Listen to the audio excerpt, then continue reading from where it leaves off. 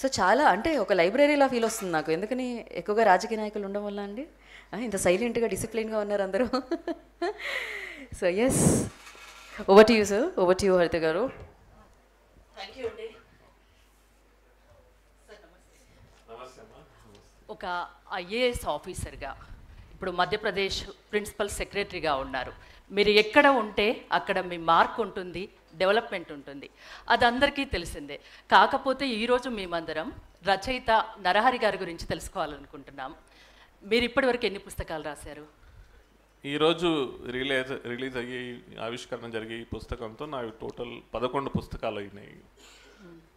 So నేను last 24-25 సంవత్సరాల నుంచి మధ్యప్రదేశ్లో ఐఏఎస్ ఆఫీసర్గా పనిచేస్తూ, ముఖ్యంగా ఒక గవర్నమెంట్ ఆఫీసర్గా మేము చేసే పనులు ఏవైతే ఉంటాయో చాలా అడ్మినిస్ట్రేషన్ పరంగా చాలా గొప్ప గొప్ప కార్యక్రమాలు చేస్తాము. అయితే నేను సబ్ కలెక్టర్ ఇందోర్లో సబ్ కలెక్టర్గా ఉన్నప్పుడు అక్కడ సివిలియన్స్ మరియు ఆర్మీ మధ్యలో జరుగుతున్నటువంటి ఇష్యూస్కి సంబంధించినటువంటి దాని మీద ఫస్ట్ స్టార్టింగ్లో మౌ మీద ఒక పుస్తకాన్ని రాయడం జరిగింది. అక్కడ నుంచి మొదలైన నా ఈ ఒక రచయిత అనేటువంటి నాలో ఉన్నటువంటి రచయిత మొదలు ఇప్పటివరకు 11 పుస్తకాలు దీంతో కంప్లీట్ అయ్యాయి. అంటే ప్రధాన కారణాలు ఇవేనా మీరు రచయితగా మారడానికి? అంటే అనుకోకుండా రచయితగా మారినాను నేను బేసిక్గా. అంటే నేను చేస్తున్నటువంటి కార్యక్రమాలు ఏదైతే ఉన్నాయో ఈ కార్యక్రమాలు అంటే మేము గవర్నమెంట్లో ఒక కలెక్టర్గా ఒక ఐఏఎస్ ఆఫీసర్గా అనేక పాలసీ డెసిషన్స్ తీసుకుంటాము, అనేక రకాల కొత్త కొత్త స్కీమ్స్ని ప్రవేశపెట్టడానికి ప్రయత్నం చేస్తాము. చేస్తున్న తరుణంలో ముఖ్యంగా 2 పుస్తకాల గురించి నేను ఖచ్చితంగా చెప్తాను. ఒకటి లాడ్లీ లక్ష్మి యోజన. లాడ్లీ లక్ష్మి యోజన అది ఒక ఆడపిల్లల అంటే మధ్యప్రదేశ్లో భ్రూణ హత్యలు చాలా అత్యధికంగా ఉండే, ఆ భ్రూణ హత్యలను తగ్గించడానికి తీసుకొచ్చినటువంటి స్కీమ్ లాడ్లీ లక్ష్మి యోజన. దానిపైన 2 పుస్తకాలు రాసిన నేను. అదేవిధంగా ఇందోర్ సిటీని క్లీనెస్ట్ సిటీగా కన్వర్ట్ చేయడంలో నేను కలెక్టర్ ఇందోర్గా ఉన్నప్పుడు చేసినటువంటి ప్రయత్నాలు అదొక గొప్ప నిర్ణయంగా మధ్యప్రదేశ్లోనే కాకుండా యావత్ భారతదేశంలో కన్వర్ట్ అయింది. సో దాన్ని కూడా నేను how Indore became the cleanest city అనే ఒక సబ్జెక్ట్ని తీసుకొని క్లీన్ ఇందోర్ క్లీనెస్ట్ సిటీ ఆ పుస్తకాన్ని రాసినాను. దానికి సచిన్ తెందూల్కర్ ఫోర్వర్డ్ కూడా రాసినారు. సో ఇవే కాకుండా నేను కొన్ని సనాతన ధర్మానికి సంబంధించిన విషయాల మీద కూడా రాయడం జరిగింది. ఇప్పుడు ఈ మధ్యలో సమసామ్యక విషయాలు ఏవైతే ఉన్నాయో ఈ ఓబీసీలు, ముస్లిమ్స్, లేకపోతే సామాజిక పరంగా ఏ ఇష్యూస్ మీద డిస్కషన్ జరుగుతుందో వాటి మీద ఇప్పుడు పుస్తకాలు రాయడం జరుగుతుంది. కాసేపట్లో బుక్ లాంచింగ్ జరగబోతుంది. ఓబీసీల పోరుబాట పేరుతో పుస్తకం రాశారు. ఇది రాయడానికి గల ముఖ్య ఉద్దేశం తెలుసుకోవచ్చా? మనము చూసుకున్నట్టయితే ఇప్పుడు సమాజంలో ముఖ్యంగా భారతదేశ సమాజంలో మనది అత్యధికంగా పాపులేషన్ పిరమిడ్లో చూసుకున్నట్టయితే యువత ఉన్నారు. 30 ఏళ్ళ లోపు మోర్ దెన్ 40% పాపులేషన్ ఉంది. అంటే 140 కోట్లు ఉన్నటువంటి మన పాపులేషన్లో ఈరోజు సుమారు 60 కోట్ల నుంచి 70 కోట్ల వరకు యువత ఉన్నది. దీంట్లో మనం చూసుకున్నట్టయితే మొత్తం యావత్ భారతదేశంలో సుమారు 50 నుంచి 60% అలా డిఫరెంట్ స్టేట్స్లో స్టాటిస్టిక్స్ తీసుకున్నట్టయితే ఓబీసీలు ఉన్నారు. ఇలాంటి ఓబీసీలు ఉన్నటువంటి భారతదేశంలో ఈరోజు అసలు యువత అంటే ఓబీసీ యువత, బీసీ యువత, అదేవిధంగా యువత ఏం ఆలోచిస్తున్నది? ఓబీసీలు 1989-90లో వచ్చినటువంటి మండల్ కమిషన్ తర్వాత ఒక 35 సంవత్సరాలు మనము చూసుకున్నట్టయితే 35 సంవత్సరాలు గడిచిపోయినాయి. ఈ 35 సంవత్సరాలలో మండల్ కమిషన్ ఇచ్చినటువంటి గవర్నమెంట్ సర్వీసెస్లలో 27% రిజర్వేషన్ కానీ, ఎడ్యుకేషనల్ ఇన్స్టిట్యూషన్స్లో రిజర్వేషన్స్ కానీ ఒక ఎత్తు అయితే, ఆ తరువాత 35 సంవత్సరాలలో ఒక 2 జనరేషన్స్ ఏవైతే దాన్ని కొంతవరకు ఫలాలు పొందగలిగినాయో, ఆ తరువాత ఇప్పుడు సరికొత్తగా ఓబీసీలు తమకు దక్కని వాటా ఏదైతే ఉందో, అంటే ముఖ్యంగా మనం చూసుకున్నట్టయితే ఆర్థిక, సామాజిక, రాజకీయ, ఆర్థిక సామాజికంగా కొంతవరకు ఎదిగినావడ కానీ రాజకీయంగా మాత్రం ఏ విధంగానూ ప్రతిఫలాలు పొందలేకపోయినారు. సో ఈరోజు యావత్ భారతదేశంలో ఓబీసీలు ముఖ్యంగా ఈ దక్కని వాటా ఏదైతే ఉందో, ఏ ఏరియాలో అయితే ఓబీసీలకి అన్యాయం జరిగిందో, అన్యాయం జరుగుతుందో అనే విషయాలు ఉన్నాయో దాని మీద అత్యధికంగా యావత్ భారతదేశంలో చర్చ జరుగుతున్నది. అదే తెలంగాణలో చూసుకున్నట్టయితే మనకి తెలంగాణ చాలా రెవల్యూషన్స్ తీసుకొచ్చినటువంటి ఎన్నో రకాల పోరాటాలతో మనము చూసినటువంటి ప్రదేశం ఏదైతే ఉందో యావత్ భారత్ తెలంగాణలో మనం సాయుధ పోరాటం చూసినాము. ఆ తర్వాత కరీంనగర్ లాంటి ప్రాంతంలో అడ్వకేట్స్ పోరాటం చూసినాము. తెలంగాణ సపరేట్ స్టేట్హుడ్ కోసం జరిగినటువంటి పోరాటాలు చూసినాము. ముఖ్యంగా ఈరోజు తెలంగాణ మొత్తం బీసీల మీద ఆలోచిస్తున్నది. బీసీలు ఏం చేయబోతున్నారు, బీసీలు ఎలా ఆలోచిస్తున్నారు, బీసీలకు దక్కని వాటా ఏదైతే ఉందో దాని మీద అత్యధికంగా దృష్టి పెట్టి మొత్తం ఇంటలెక్చువల్ కమ్యూనిటీతో పాటు యువత కూడా దాని మీద ఆలోచిస్తున్నారు. అందుకని ఈ పుస్తకంలో అటు దక్షిణ భారతదేశం, ఇటు ఉత్తర భారతదేశం, నేను ఉత్తర భారతదేశంలో పనిచేస్తున్నా, దక్షిణ భారతదేశంలో నా మూలాలు ఉన్నాయి కాబట్టి ఉత్తర దక్షిణ భారతదేశాల్లో ఏ విధంగా ఓబీసీలు ఆలోచిస్తున్నారు, వాళ్ళు ఎలాంటి ఆశలు ఆశయాలతోని కోరికలతోని ఒక పోరుబాట తరఫున అన్ని చోట్ల నుంచి మీరు కంటెంట్ సేకరించి రాశారు. నాకు ఇక్కడ ఒక చిన్న డౌట్ ఏంటంటే, మీరు సర్వీస్లో ఉన్నారు, ఐఏఎస్ ఆఫీసర్గా ఉన్నారు, అలాంటి మీరు ఓబీసీల పోరుబాట పేరుతో పుస్తకాలు రాయడం వల్ల కాంట్రవర్సీకి దారితీసే అవకాశం లేదా? నేను దానికంటే ఎక్కువగా నేను చెప్పేది ఏంటంటే, రాయకపోతే ఎక్కువ సమస్యలు జరిగేటట్టు కనిపిస్తున్నాయని నాకు అనిపిస్తున్నది. అంటే ఇలాంటి విషయాలు అసలు యాక్చువల్గా ప్రజలకి కానీ, ప్రభుత్వాలకి కానీ, సివిల్ సొసైటీకి కానీ, సమాజానికి కానీ, ఇంటలెక్చువల్స్కి ఎవరు చెప్తారు? ఇప్పుడు మాలాంటి సర్వీస్లో ఉన్నటువంటి వాళ్ళు ప్రభుత్వ పరంగా ప్రభుత్వంలో ఉండి ఆ దృష్టితో ఏదైతే మేము చూడగలుగుతున్నామో అలాంటి విషయాలను ఇందులో పొందుపరిచి ప్రభుత్వాలకి అందరికీ తెలియజేస్తున్నాము. ఈ విషయాల మీద ప్రభుత్వాలు అటు కేంద్ర ప్రభుత్వం, రాష్ట్ర ప్రభుత్వము ప్లస్ సొసైటీ, సమాజము, యువత అందరూ ఆలోచించుండ్రి. ఈ విషయం మీద ఈరోజు ఆలోచించకపోతే రేపు జరగబోయేటటువంటి పర్యవసనాలు ఎలా ఉన్నాయో అవి చాలా కష్టంగా ఉండేటట్టు కనిపిస్తున్నాయి. మన సమాజంలో మనము సమయాన మనల్ని మనం సవరించుకోకపోతే, సమయాన మనము అటు రాజ్యాంగబద్ధంగా ఇటు సామాజికబద్ధంగా అన్ని రకాలుగా మనం సమాజంలో సమాధానాలు వెతకకపోతే చాలా సమస్యలు వచ్చేటట్టు కనిపిస్తున్నాయి. అందుకనే ఈ పుస్తకం రాయడం జరిగింది. డెఫినెట్లీ నాతో పాటు పృథ్వీరాజ్ సింగ్ చౌహాన్, పృథ్వీరాజ్ సింగ్ పర్మార్ అనేసి తను నాతో పాటు మేము ఒక టీమ్గా తయారై గత చాలా సంవత్సరాల నుంచి పనిచేస్తున్నాము. అండ్ ఇందులో ముఖ్యంగా నేను చెప్పేది ఏంటంటే, యూనివర్సిటీ ప్రొఫెసర్స్, నార్త్ ఇండియాలో సౌత్ ఇండియాకు సంబంధించిన యూనివర్సిటీ ప్రొఫెసర్స్తోని చాలా కూలంకషంగా చర్చించడం జరిగింది, వాళ్ళ అభిప్రాయాలు తీసుకోవడం జరిగింది. నేను మళ్ళీ చెప్తున్నాను, ఒక డిసిషన్ ఏదైతే మండల్ కమిషన్ 89-90లో తీసుకోవడం జరిగిందో అది 35 సంవత్సరాలు దాటిపోయింది. ఈ 35 సంవత్సరాల్లో అది కొంతవరకు ఓబీసీలో ఉన్న పుండు మీద కొంతవరకు చల్లదనం తీసుకురావడం జరిగింది, కానీ పూర్తిగా ఆ పుండు తగ్గలేదు. ఇప్పుడు కొత్తగా ఇప్పుడు కేంద్ర ప్రభుత్వం ఒక గొప్ప నిర్ణయం తీసుకున్నది. అదేంటంటే జనగణనలో కులగణన.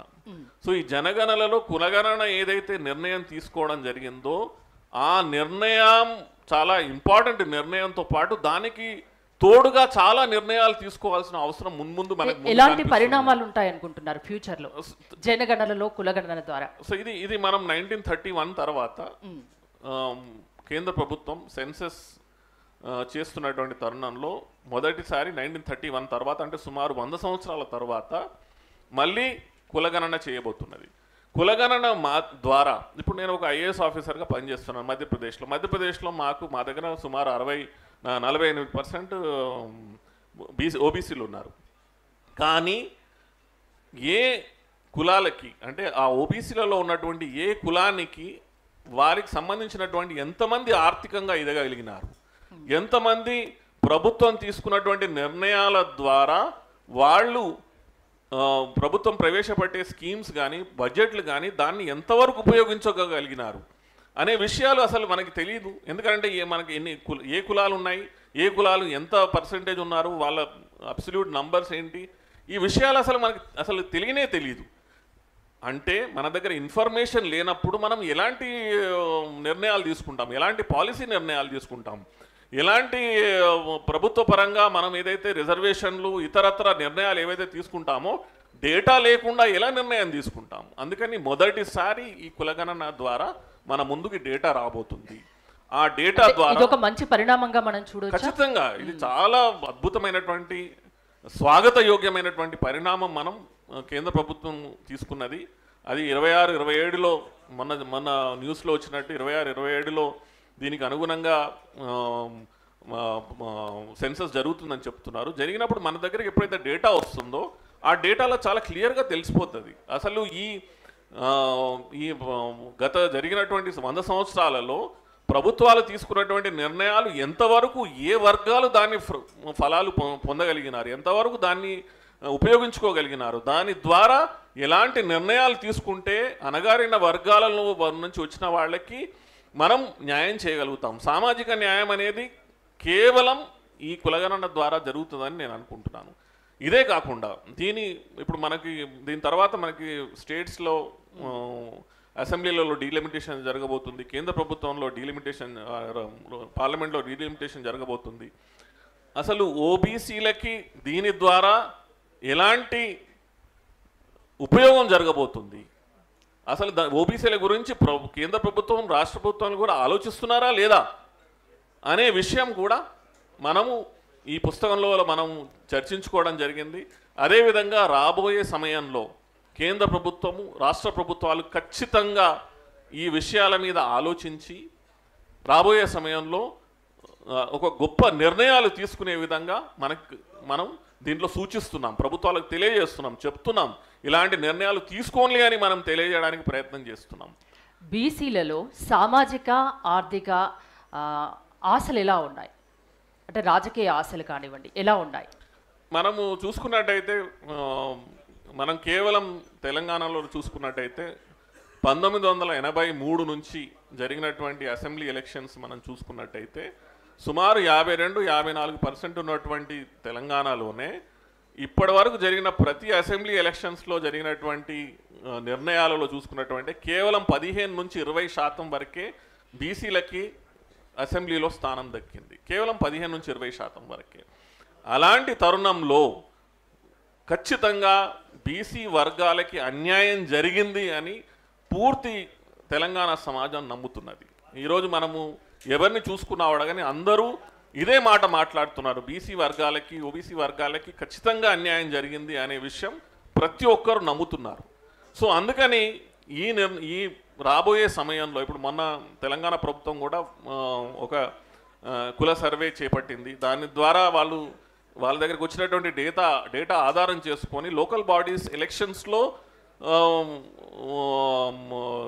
రిజర్వేషన్స్ కల్పించాలి, అంటే రిజర్వేషన్స్ని పెంచాలనే ఉద్దేశంతో ఒక నిర్ణయం తీసుకోవడం జరిగింది. దాన్ని ఇంకా ఇంప్లిమెంట్ చేయాల్సిన అవసరం ఉన్నది. కానీ ఇవన్నిటి పర్యవసనాలు అంటే ఇవన్నిటి ఏ దిశగా ఇవన్నీ పోతున్నాయి అని మనం చూసుకున్నట్టయితే ఖచ్చితంగా రాష్ట్ర ప్రభుత్వాలు కేంద్ర ప్రభుత్వాలు చాలా బలమైన నిర్ణయాలు రాబోయే కాలంలో బీసీలు ఓబీసీల కోసం తీసుకోవాల్సినటువంటి అవసరం మనకు కనిపిస్తూ ఉన్నది. అంటే రాబోయే కాలంలో బీసీల కోరికలు ఎలా ఉంటాయని మీరు అనుకుంటున్నారు? ఉత్తర భారతదేశం దక్షిణ భారతదేశంలో బీసీల కోరికలు ఎలా ఉన్నాయి? ఎందుకంటే మీరు చాలా రీసెర్చ్ చేసి ఈ బుక్ రిలీజ్ చేయబోతున్నారు, బుక్ రాశారు కాబట్టి. ఉత్తర భారతదేశంలో మనం చూసుకున్నట్టయితే ఉత్తర భారతదేశంలో కొన్ని సామాజిక వర్గాలు ఓబీసీలో ఉన్నటువంటి కొన్ని సామాజిక వర్గాలు ముందుకెళ్ళగలిగినాయి. కానీ చాలా మట్టుకు సామాజిక వర్గాలు ఈరోజు కూడా అటు అంటే సామాజిక ఆర్థిక రాజకీయ అన్ని వర్గాలలో వారికి స్థానం దక్కలేదనే ఒకటువంటి భావన అక్కడ కూడా చాలా మట్టుకు కులాల మధ్యలో సామాజిక వర్గాల మధ్యలో ఉన్నాయి. మనం దక్షిణ భారతంలో దేశంలో చూసుకున్నట్టయితే చాలా నిక్కచ్చిగా తెలంగాణలో కానీ ఆంధ్రప్రదేశ్లో కానీ ఇంకో కర్ణాటకలో కానీ కొన్ని సామాజిక వర్గాలే అన్నిటికంటే అత్యధికంగా ప్రతిఫలాలు సామాజిక ఆర్థిక రాజకీయ పరంగా ఎక్కువగా రాజకీయ పరంగా పొందగలిగింది. సో మనం రాబోయే సమయంలో ఈ పుస్తక ఆవిష్కరణ సందర్భంగా కానీ ప్లస్ మనకు సమాజపరంగా మనకు ఏదైతే మనము ఎక్స్పెక్టేషన్స్ మనం సమాజపరంగా చూసుకోగలుగుతున్నాం, ఖచ్చితంగా రాబోయే సమయంలో అత్యధికంగా పాపులేషన్ పరంగా ఉన్నటువంటి బీసీలే దక్షిణ భారతదేశంలో ఈ రాజ్యాలని ఏలబోతున్నారని నేను చెప్పగలుగుతాను. ఫైనల్గా ఒకటి అడగాలనుకుంటున్నా, మన తెలుగు రాష్ట్రాల్లో బీసీలు ముఖ్యమంత్రులు అయ్యే అవకాశం ఉందంటారా? ఇప్పుడు నేను చెప్పినటువంటి విషయాన్ని మళ్ళీ నేను క్లియర్గా చెప్పబోతున్నాను. మీకు ఎంతవరకు పాపులేషన్ పరంగా చూసుకున్నట్టయితే దక్షిణ భారతదేశంలో ఇప్పుడు తెలంగాణలోనే 52% మినిమం ఉంటారు. పాపులేషన్ అనేది అంటే ఈ జనాభా అనేది తమ వాయిస్ని చాలా స్పష్టంగా వినిపించబోతుంది. ఇది చాలా నేను క్లియర్గా చెప్పబోతున్నాను. బీసీలను ముఖ్యమంత్రులుగా మనం చూడబోతున్నాం. ఖచ్చితంగా దీన్ని ఎవరు ఆపలేరని కూడా నేను చెప్పబోతున్నాను ఈరోజు ఈ ప్లాట్ఫామ్ మీద. సో మనం అర్థం చేసుకోవాల్సింది ఏంటంటే, ఇందాక కృష్ణమూర్తి గారు చెప్పినట్టు సంఘటితం, అధికారం, సమానత్వం. నేను చూసిన సమాజం ఏదైతే ఉందో, గత 25 సంవత్సరాల నుంచి నేను అడ్మినిస్ట్రేషన్లో ఉండి సమాజాన్ని ఎక్కడైతే అన్ని రకాలుగా చూసినానో, మనం చాలా మటుకు ఏం వింటామంటే సామాజిక న్యాయం అనేటటువంటి మాటని మనం వింటాం. నేను చూసినంత వరకు ఏ దేశంలో, ఏ రాష్ట్రాలలో, ఏ సమాజంలో సామాజిక న్యాయం ముందొచ్చింది, అధికారం తర్వాత వచ్చిందని ఎక్కడా కనిపించలేదు. ఎక్కడ అది ఒక మిత్ మాత్రమే, అదొక బూటకము మాత్రమే. ముందు అధికారం వస్తుంది, దాని తర్వాత సామాజిక న్యాయం వస్తుంది. అందుకని ఈరోజు ఇక్కడ ఈ ప్రాంగణంలో ఉన్న వాళ్ళందరికీ నేను తెలియజేసేది ఏమిటంటే, మనం అందరము సంఘటితం అవ్వాలి, ముందు అధికారాన్ని మన చేతిలోకి తెచ్చుకోవాలి, ఆ తర్వాత ఖచ్చితంగా సామాజిక న్యాయం దానంతట అదే వస్తుంది. అదే దిశలో మనం అందరం ప్రయత్నం చేయాలని ఈ సభాముఖంగా అందరినీ ప్రార్థిస్తున్నాను. Thank you sir, thank you so much. చాలా విషయాలు చెప్పారు. థ్యాంక్ యూ అమ్మా. Thank you for this wonderful. నాకు కూడా ఈ అవకాశం ఇచ్చినందుకు చాలా థ్యాంక్స్ సార్. Thank you.